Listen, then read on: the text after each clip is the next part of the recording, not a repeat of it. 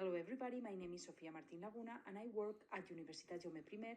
I'm going to present a study that involves a teaching experience where I applied a task-based approach. Recent trends in language pedagogy have changed learners' roles in comparison to traditional methodologies, giving learners a more active role, focusing on real-world tasks and emphasizing the use of language for authentic communication. Two main task-based approaches have been distinguished, TBLT and TSLT. Although both engage learners in meaningful tasks, TSLT combines tasks with task-like exercises. There is also a difference between pedagogical tasks and real-life tasks, since pedagogical tasks provide authentic scenarios for language use, even if they do not replicate real-world situations as in real-life tasks.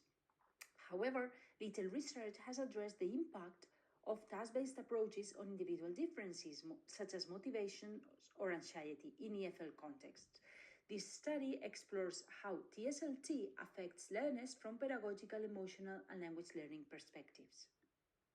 The participants were 10 pre-service teachers enrolled in a primary education degree at the Spanish University, and their English proficiency level was intermediate. The target language were classroom pragmatic expressions for beginning, running, and ending a lesson in English, and they were taken from the textbook, which is Practical Classroom English. As I mentioned before, the approach was task-supported language teaching, and I adapted Willis' classical framework, including pedagogical and real-world tasks. In the study, pedagogical tasks were preparatory lessons focusing on pragmatic classroom expressions, and the real-world task involved pre-service teachers teaching an art workshop to 4-year-olds at a local school. This is the teaching plan, including pre-task, task, and post-task, and the sessions. The data were collected through a questionnaire, which included open-ended questions, which was administered 1 week after the task.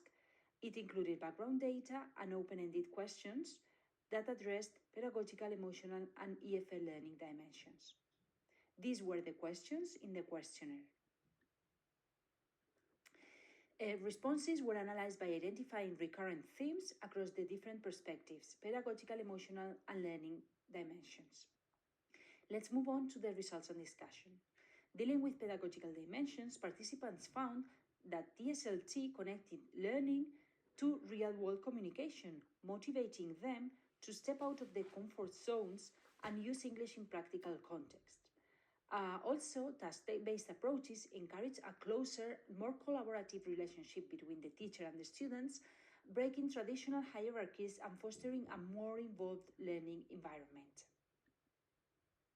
Dealing with emotional dimensions, participants reported feeling positive emotions throughout the task-based experience, with many of them noting increased intrinsic motivation, confidence, and affirmation of their future career goals as teachers, and as you can see in these excerpts.